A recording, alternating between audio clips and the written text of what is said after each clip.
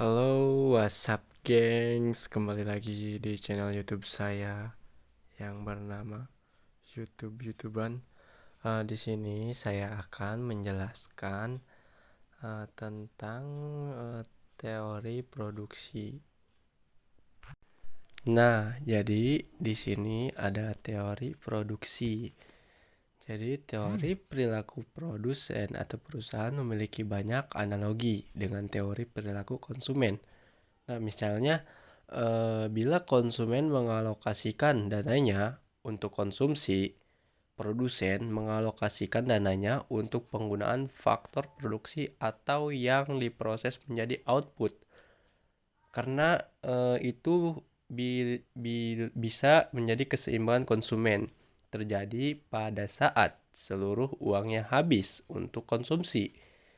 Keseimbangan produsen tercapai pada saat seluruh anggaran habis terpakai untuk membeli faktor produksi. Nah, jadi di sini ada dimensi jangka panjang dan jangka pendek. Nah, faktor produksi tetap adalah faktor produksi yang jumlah penggunaannya tidak tergantung pada jumlah produksi. Ada atau tidak adanya kegiatan produksi, faktor produksi itu harus tetap tersedia. Mesin-mesin pabrik adalah salah satu contoh. Sampai tingkat interval produksi tertentu, jumlah mesin tidak perlu ditambah. Tetapi, jika tingkat produksi menurun, bahkan sampai 0 unit atau tidak berproduksi, jumlah mesin tidak bisa dikurangi.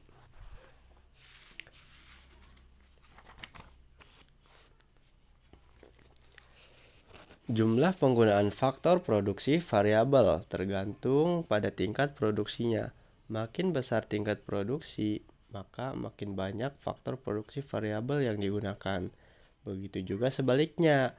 Buruh harian lepas di pabrik rokok adalah contohnya. Jika perusahaan ingin meningkatkan produksi, maka jumlah buruh hariannya ditambah. Maka akan sebaliknya, jika ingin mengurangi produksi, buruh harian dapat dikurangi. Pengertian faktor produksi tetap dan faktor produksi variabel terkait erat dengan waktu yang dibutuhkan untuk menambah atau mengurangi faktor produksi tersebut. Mesin dikatakan sebagai faktor produksi tetap karena dalam jangka pendek atau kurang dari setahun, susah untuk ditambah atau dikurangi. Maka sebaliknya, buruh dikatakan faktor produksi variabel karena jumlah kebutuhannya dapat disediakan dalam waktu kurang dari 1 tahun.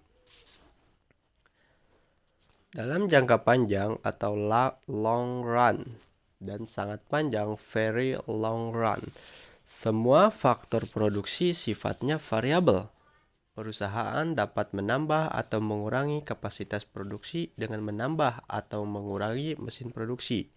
Dalam konteks manajemen, jangka panjang dan jangka pendek berkaitan dengan ukuran waktu kronologis. Misalnya ada kualifikasi yang menyatakan bahwa jangka panjang berkisar antara 5-25 tahun. Jangka sangat panjang bila waktunya lebih dari 25 tahun. Teori produksi tidak mendefinisikan jangka pendek dan jangka panjang secara kronologis. Periode jangka pendek adalah periode produksi di mana penggunaan salah satu atau beberapa faktor produksi. Periode jangka panjang adalah periode produksi di mana semua faktor produksi menjadi faktor produksi variabel. Tenggang waktu jangka pendek setiap perusahaan berbeda-beda, tergantung jenis usahanya. Perusahaan yang memproduksi barang-barang modal, periode jangka pendeknya barangkali 5 tahun.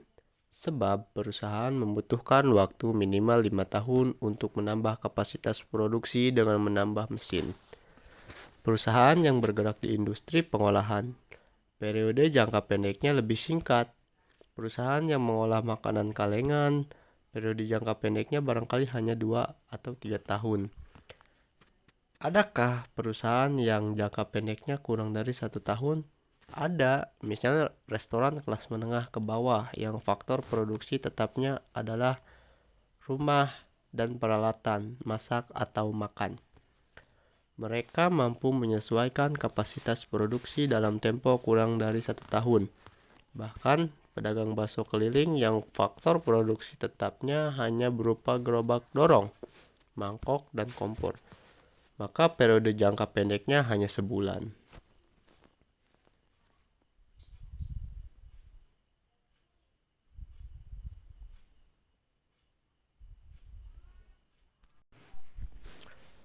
Di sini ada model produksi dengan satu faktor produksi variabel, yaitu kan di sini rumusnya ada Q, K, L.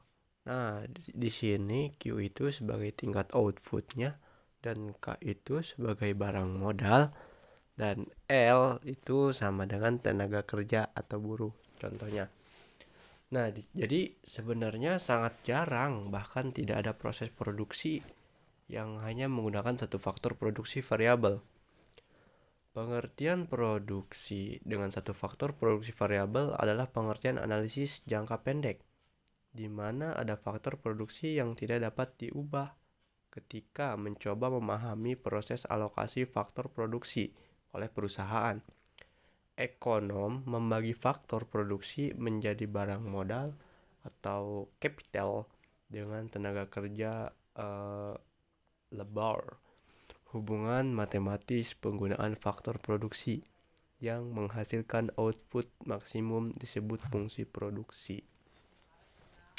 Ya seperti tadi contohnya, yang dimana Q itu sebagai tingkat outputnya, dan K itu sebagai barang modalnya, dan L itu sebagai tenaga kerja atau buruh.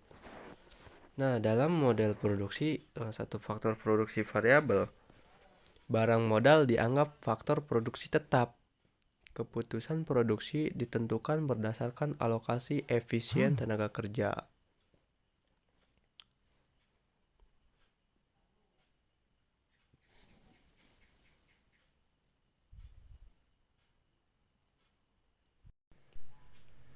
Nah, jadi di sini ada produksi total, produksi marginal, dan produksi rata-rata. Jadi produksi total itu atau total produk adalah banyaknya produksi yang dihasilkan dari penggunaan total faktor produksi. Produksi marginal adalah tambahan produksi karena penambahan penggunaan satu unit faktor produksi. Produksi rata-rata average product adalah rata-rata output yang dihasilkan per unit faktor produksi.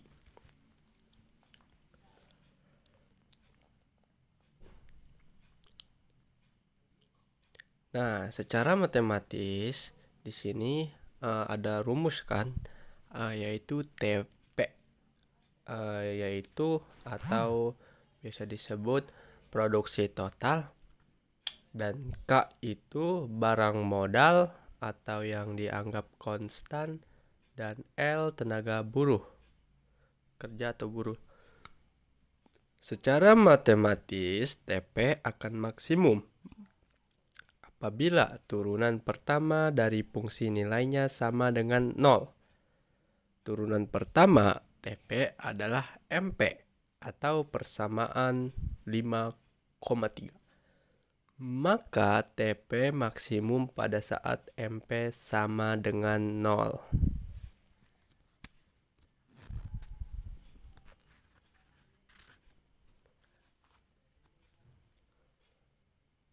Perusahaan dapat terus menambah tenaga kerja selama MP lebih besar 0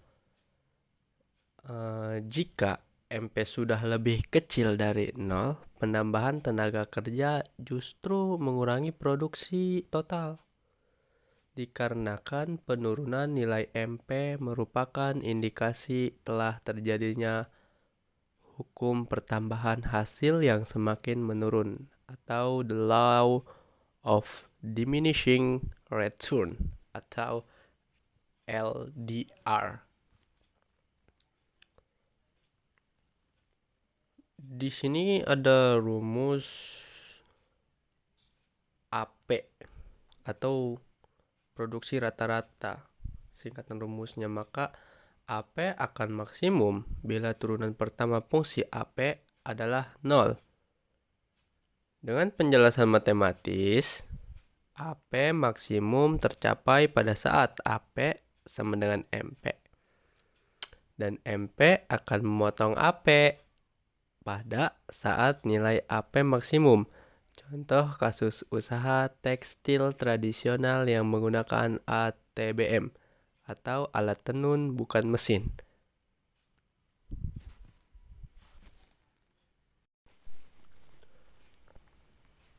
Apa yang telah diuraikan ketika menjelaskan kasus di atas merupakan prinsip umum dalam menganalisis proses alokasi faktor produksi yang efisien.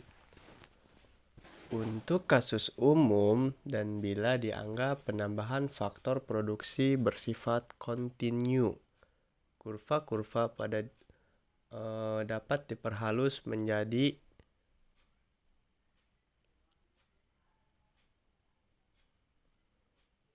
seperti di diagram 5,2 ini menunjukkan ada 3 tahap penting dari gerakan perubahan nilai TP.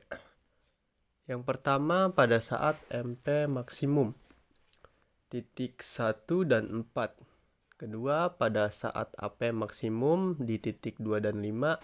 Dan ketiga pada saat MP atau 0 atau TP maksimum di titik 3 dan 6.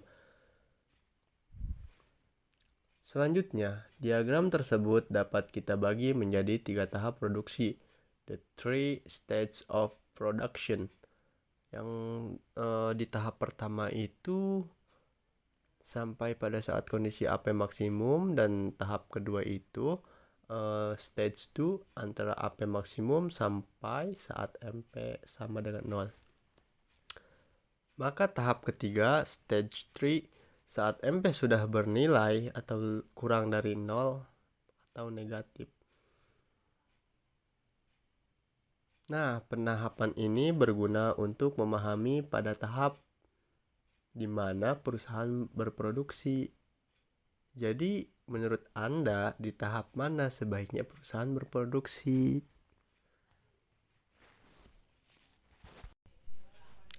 Nah, di tahap 1 ini penambahan tenaga kerja akan meningkatkan produksi total maupun produksi rata-rata. Maka oleh karena itu hasil yang diperoleh dari tenaga kerja masih jauh lebih besar dari tambahan upah yang harus dibayarkan. Perusahaan rugi jika apabila berhenti berproduksi pada tahap ini atau slope kurva. Dan pada tahap kedua, karena berlakunya LDR ini, baik produksi marginal maupun produksi rata-rata mengalami penurunan. Namun demikian, nilai keduanya masih positif. Penambahan tenaga kerja akan tetap menambah produksi total sampai mencapai nilai maksimum atau slope kurva TP datar sejajar dengan sumbu horizontal. Nah, seperti yang ada di contoh ini ya.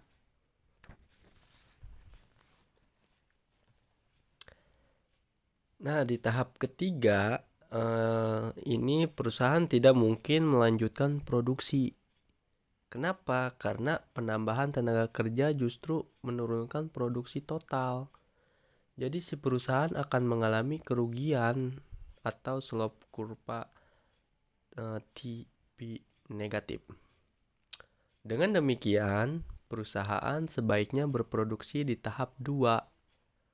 Yang menjadi pertanyaan adalah di titik mana perusahaan berhenti menambah tenaga kerja. Nah, kan secara matematisnya perusahaan akan berhenti menambah tenaga kerja pada saat tambahan biaya atau marginal cost yang harus dibayar adalah sama dengan tambahan pendapatan atau marginal revenue yang diterima. Nah, jadi jika tambahan biaya masih lebih kecil dari tambahan pendapatan, perusahaan akan menambah tenaga kerja. Begitupun sebaliknya, Tambahan biaya dalam hal ini adalah upah atau wage tenaga kerja. Tambahan pendapatan adalah produksi marginal dikalikan harga jual barang. Nah, maka jika upah dinotasikan sebagai W, sedangkan harga jual barang dinotasikan sebagai P, maka alokasi tenaga kerja dianggap efisien atau tidak.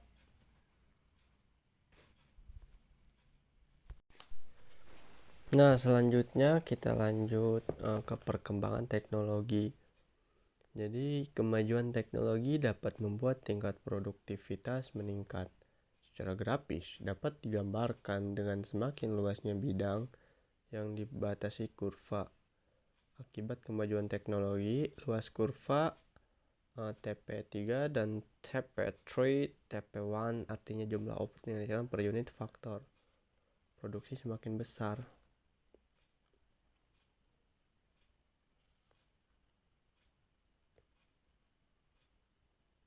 Seorang ekonom senior menggunakan konsep perkembangan teknologi ini untuk menjelaskan mengapa negara-negara yang dikenal sebagai macan Asia mengalami krisis ekonomi di akhir dasawarsa ini.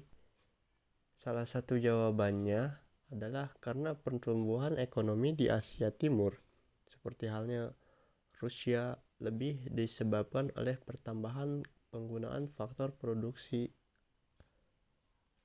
Tidak ada peningkatan efisiensi dengan signifikan.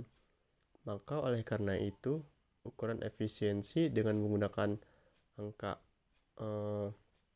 harus ditinjau ulang. Paul Krugman, seorang ekonom senior ini kemudian mengusulkan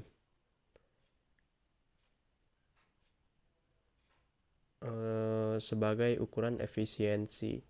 Nah, jadi pada prinsipnya metode ini ingin memisahkan pengaruh barang modal, teknologi, dan SDM terhadap pertumbuhan ekonomi. Maka dari pemisahan itu akan terlihat apakah ada kemajuan efisiensi yang signifikan atau tidak.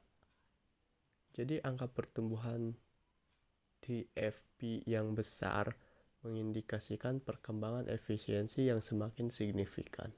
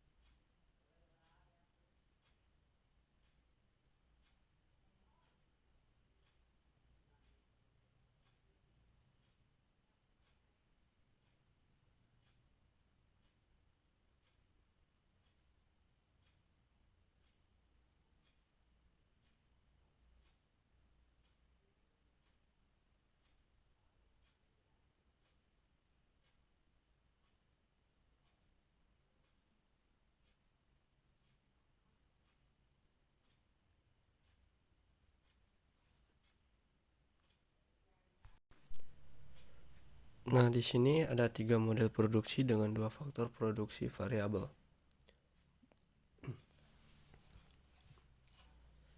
Jadi dalam bagian ini kita melonggarkan asumsi adanya faktor produksi tetap, baik barang modal maupun tenaga kerja sekarang bersifat variabel.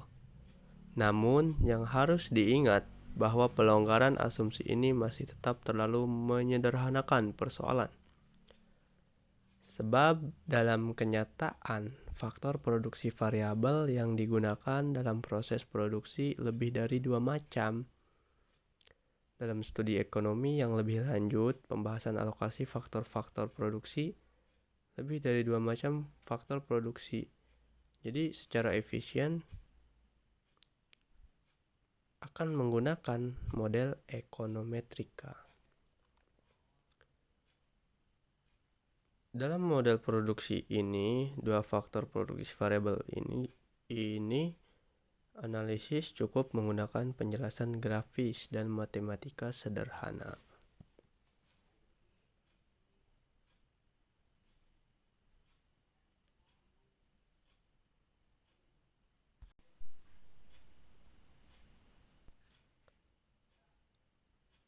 Di dalam model produksi ini ada isokuan, yaitu yang dimaksud dengan isokuan adalah kurva yang menggambarkan berbagai kombinasi penggunaan 2 macam faktor produksi variabel secara efisien dengan tingkat teknologi tertentu yang menghasilkan tingkat produksi yang sama. Misalnya kasus usaha tekstil tradisional di muka kita. Perlonggar asumsinya dengan menyatakan bahwa mesin dapat ditambah.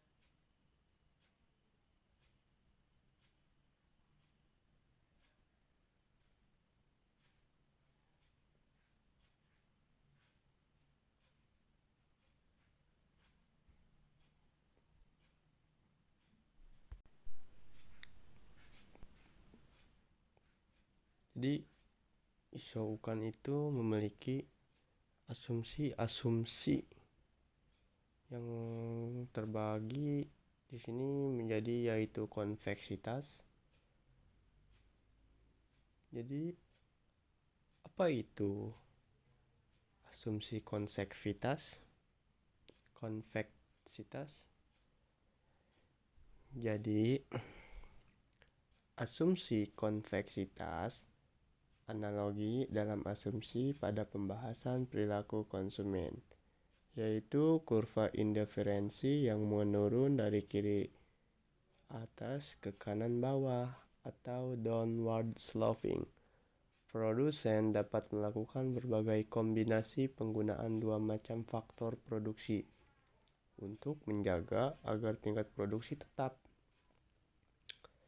Kesediaan produsen untuk mengorbankan faktor produksi yang satu demi menambah penggunaan faktor produksi yang lain untuk menjaga tingkat produksi pada isokuan yang sama disebut derajat teknik substitusi faktor produksi atau marginal rate of technical substitution, atau singkatnya itu MRTSK, adalah bilangan yang menunjukkan berapa unit faktor produksi L harus dikorbankan untuk menambah 1 unit faktor produksi K pada tingkat produksi yang sama. Jadi jika L adalah tenaga kerja dan K adalah barang modal atau mesin, maka MRT IK adalah berupa unit tenaga kerja yang harus dikorbankan untuk menambah 1 unit mesin demi menjaga produksi pada tingkat yang sama. Jadi dasar pertimbangan substitusi faktor produksi adalah perbandingan rasio produktivitas.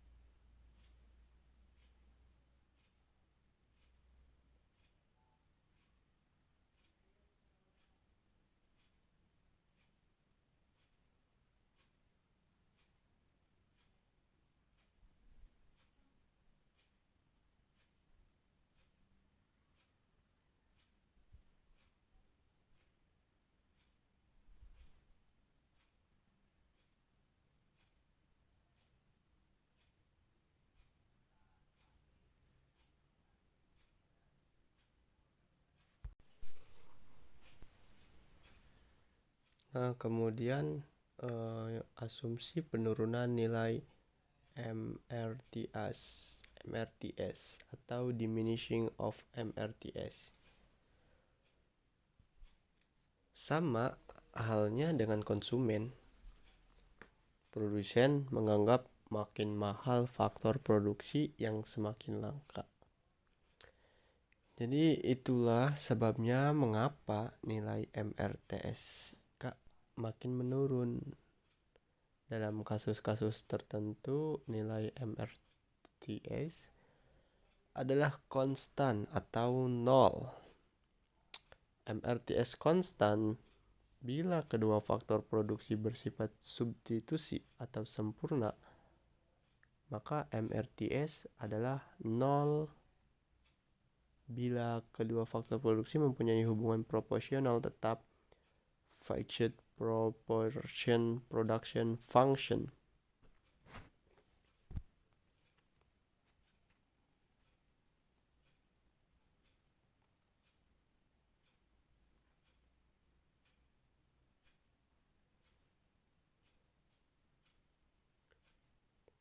Jadi itu tadi asumsi penurunan nilai MRTS. Nah, sekarang kita beralih ke asumsi hukum pertambahan hasil yang semakin menurun atau the law of diminishing return. Di muka telah diuraikan bahwa dalam penggunaan dua macam faktor produksi juga berlaku hukum LDR. Maka penurunan hasil tenaga kerja L dapat dilihat dengan menarik garis ABC. Jika kita lihat berproduksi dengan faktor produksi mesin K sebanyak unit penambahan L sebanyak AB, unit menambah output sebanyak 20 unit. Tetapi penambahan berikutnya dengan jumlah yang sama, BC sama dengan AB hanya menambah output sebanyak 10 unit. Penurunan hasil K dapat dilihat misalnya pada saat jumlah L atau M unit awalnya untuk menambah 20 unit output cukup menambah DB unit K, tetapi ketika akan menambah output 10 unit lagi, jumlah unit mesin yang ditambah jauh lebih besar, yaitu BE, lebih banyak dari DB unit.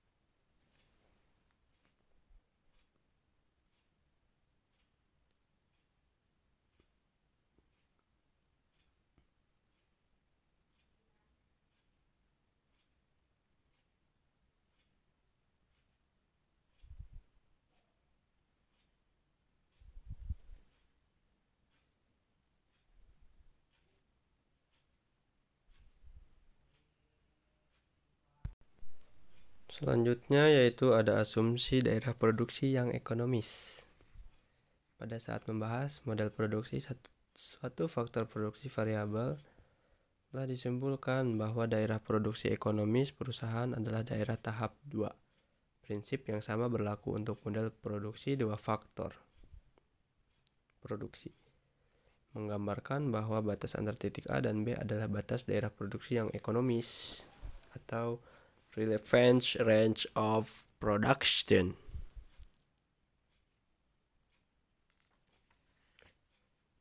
Atau tahap 2 jika perusahaan berproduksi di luar batas area itu, penambahan faktor produksi tidak meningkatkan produksi. Jadi jika ingin melakukan ekspansi produksi, batas ruang gerak ekonomis adalah daerah yang diapit dua garis.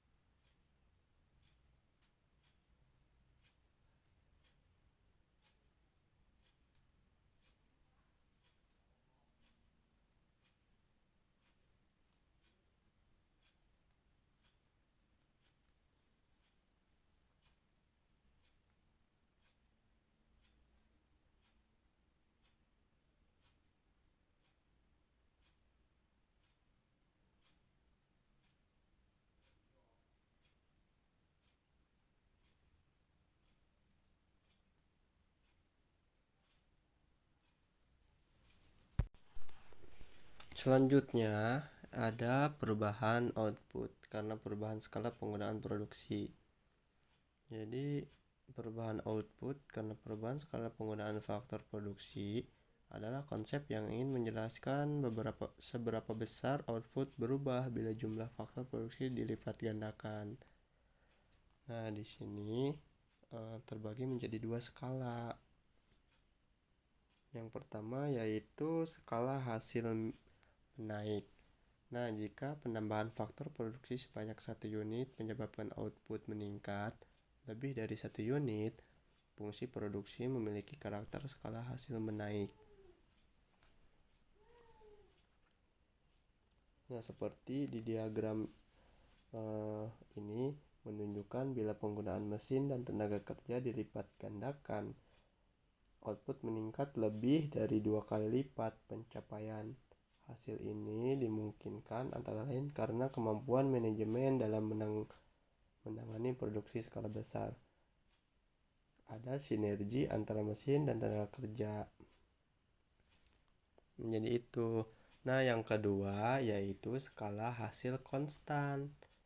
Jadi, jika pelipat gandaan faktor produksi menambah output sebanyak 2 kali lipat, berfungsi juga sebagai produksi memiliki karakter skala hasil konstan.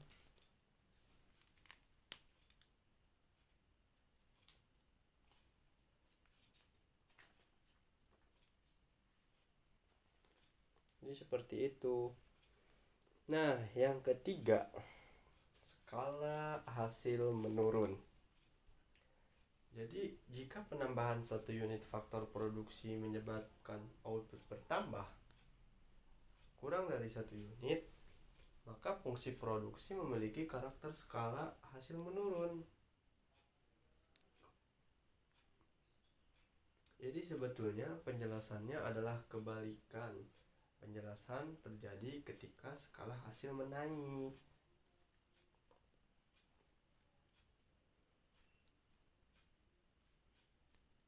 Jadi gitu. Jadi sebetulnya ya, ketika produksi bertambah, maka si fungsi produksi ini memiliki karakter skala yang skalanya itu hasilnya menurun.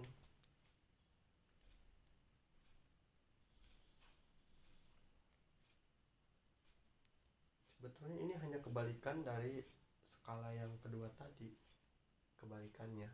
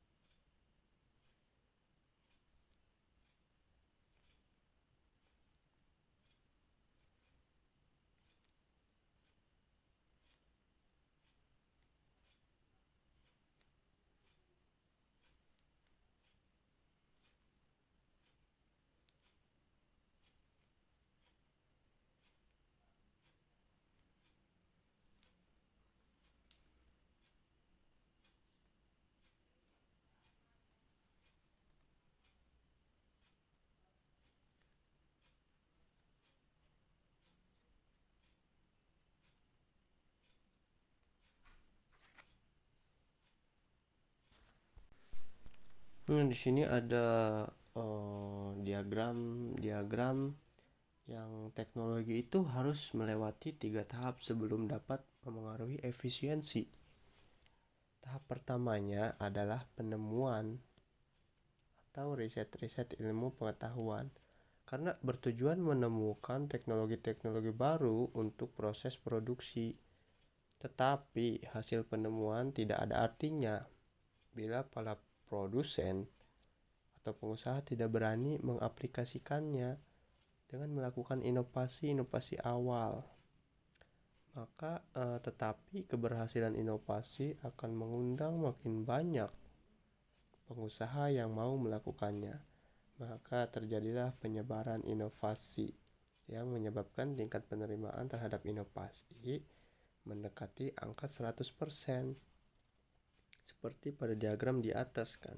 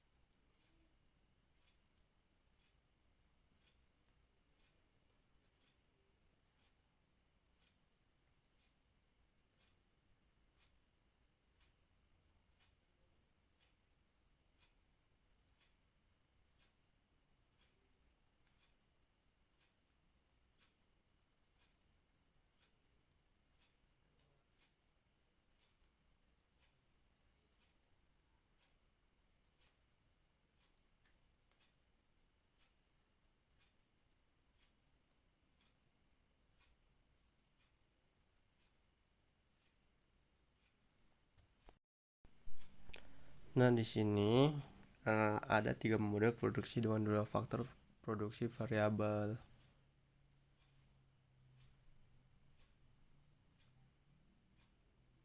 Jadi ada kurva anggaran produksi isocaf, pola jalur ekspansi, dan keseimbangan produsen.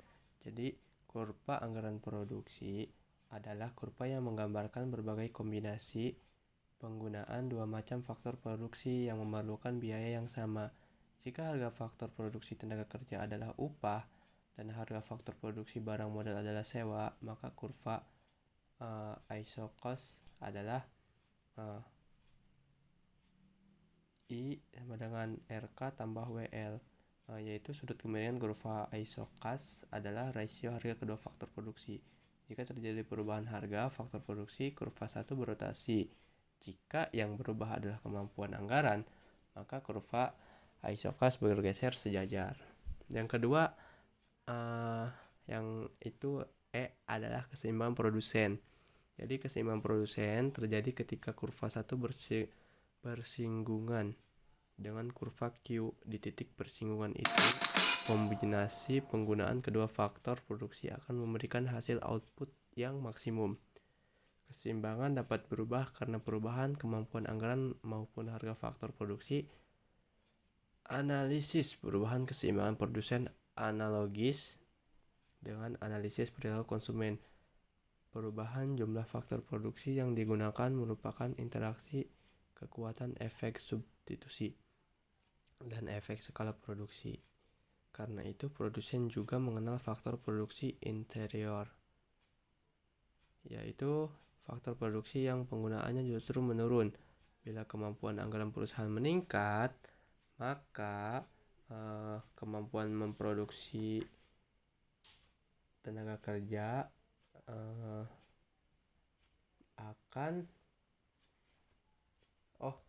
jadi jika tenaga kerja adalah faktor produksi interior, jika tingkat produksi ditingkatkan, jumlah penggunanya ternyata berkurang.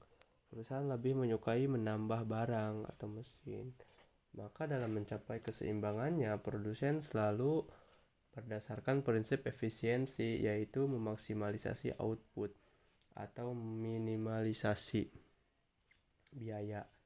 Prinsip maksimalisasi output menyatakan bahwa dengan anggaran yang sudah ditentukan dicapai output maksimum, maka prinsip meminimalisasi biaya menyatakan target output yang sudah ditetapkan harus dicapai dengan biaya minimum.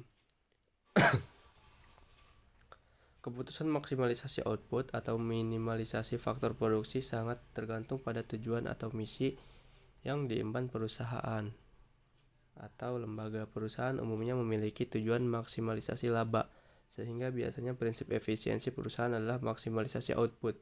Tetapi lembaga-lembaga yang tidak berorientasi laba maksimum seperti lembaga-lembaga swadaya masyarakat menggunakan prinsip minimalisasi biaya. Pada kondisi-kondisi tertentu, perusahaan pun dapat menggunakan prinsip-prinsip minimalisasi biaya. Misalnya badan usaha milik negara atau BUMN yang bergerak di bidang menyediakan jasa publik tertentu menggunakan prinsip minimalisasi biaya. Nah, dan yang terakhir yaitu pola jalur ekspansi. Nah, tujuan perusahaan adalah maksimalisasi laba. Untuk mencapai tujuan itu, dalam jangka pendek maupun jangka panjang, perusahaan harus tetap mempertahankan efisiensinya. Biasanya perusahaan menetapkan target yang akan dicapai setiap tahunnya, yang harus dicapai dengan biaya minimum. Dalam jangka panjang, perusahaan memiliki tingkat fleksibilitas lebih tinggi dalam mengombinasikan faktor produksi.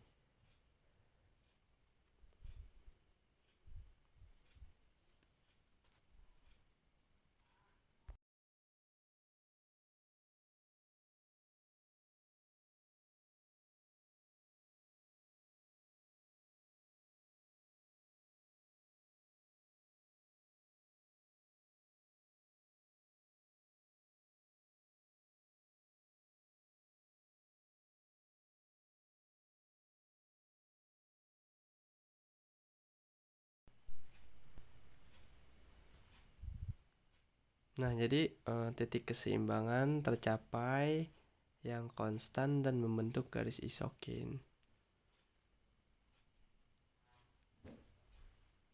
Jadi pola jalur ekspansi ini adalah tujuan perusahaan adalah memaksimalisasi laba.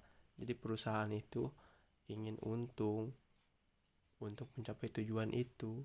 Jadi suatu perusahaan ini ingin mengambil keuntungan dalam jangka pendek maupun dalam jangka perusahaan, maka harus tetap mempertahankan efisiensinya. Biasanya perusahaan menetapkan target yang akan dicapai setiap tahunnya, tapi ini yang harus dicapai dengan biaya minimum. Nah, maka jangka panjang perusahaan memiliki tingkat fleksibilitas lebih tinggi dalam mengombinasikan faktor produksi.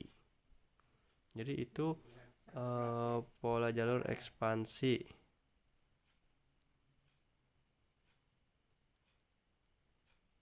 atau expansion path.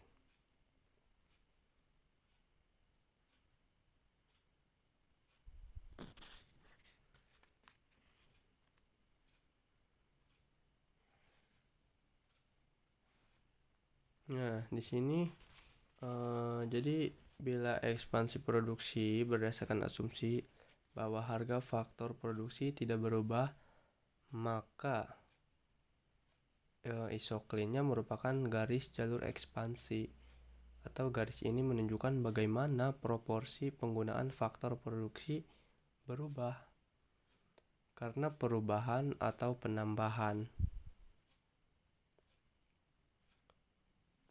tingkat produksi. Jadi bila harga faktor produksi dianggap tetap, maka menunjukkan jalur ekspansi pada umumnya.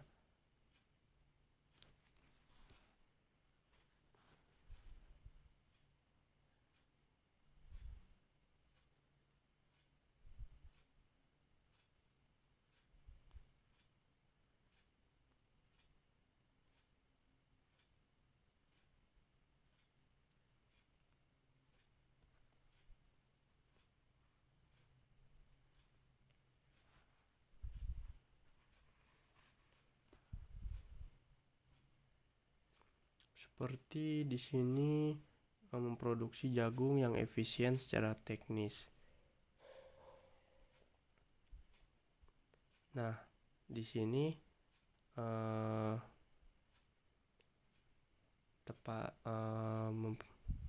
kualitas pengolahannya tanah itu bagus kan ya, maka akan tepat waktu dan menggunakan sedikit tenaga kerja, dapat dicapai dengan menggunakan peralatan pertanian gitu kan, alat semprot, hama mekanis dan lain-lain. Tetapi biaya per unit baru akan menjadi murah jika skala produksinya minimal 200 hektar, padahal kemampuan keuangan petani hanya untuk 2-5 hektar.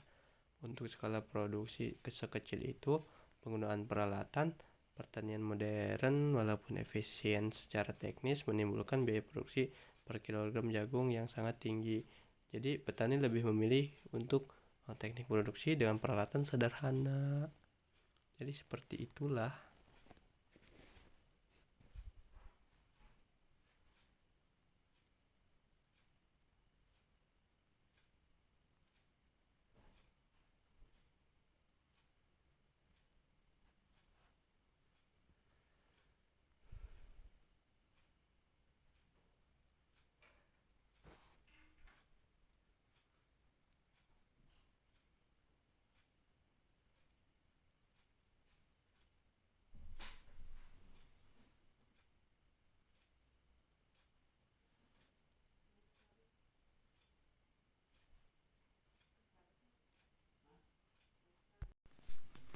Jadi itulah teman-teman tentang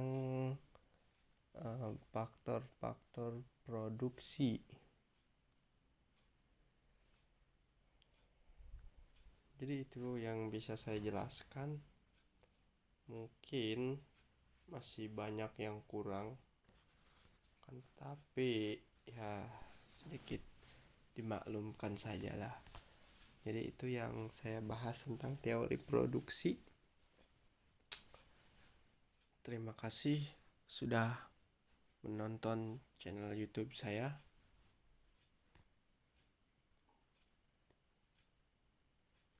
Dan jangan lupa juga di share and comment and like video ini. Dan tidak lupa pula, terima kasih sekali lagi, terima kasih orang baik, terima kasih orang baik, terima kasih.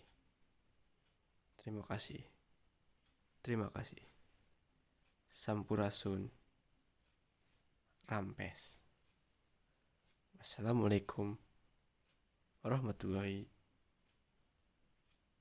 wabarakatuh.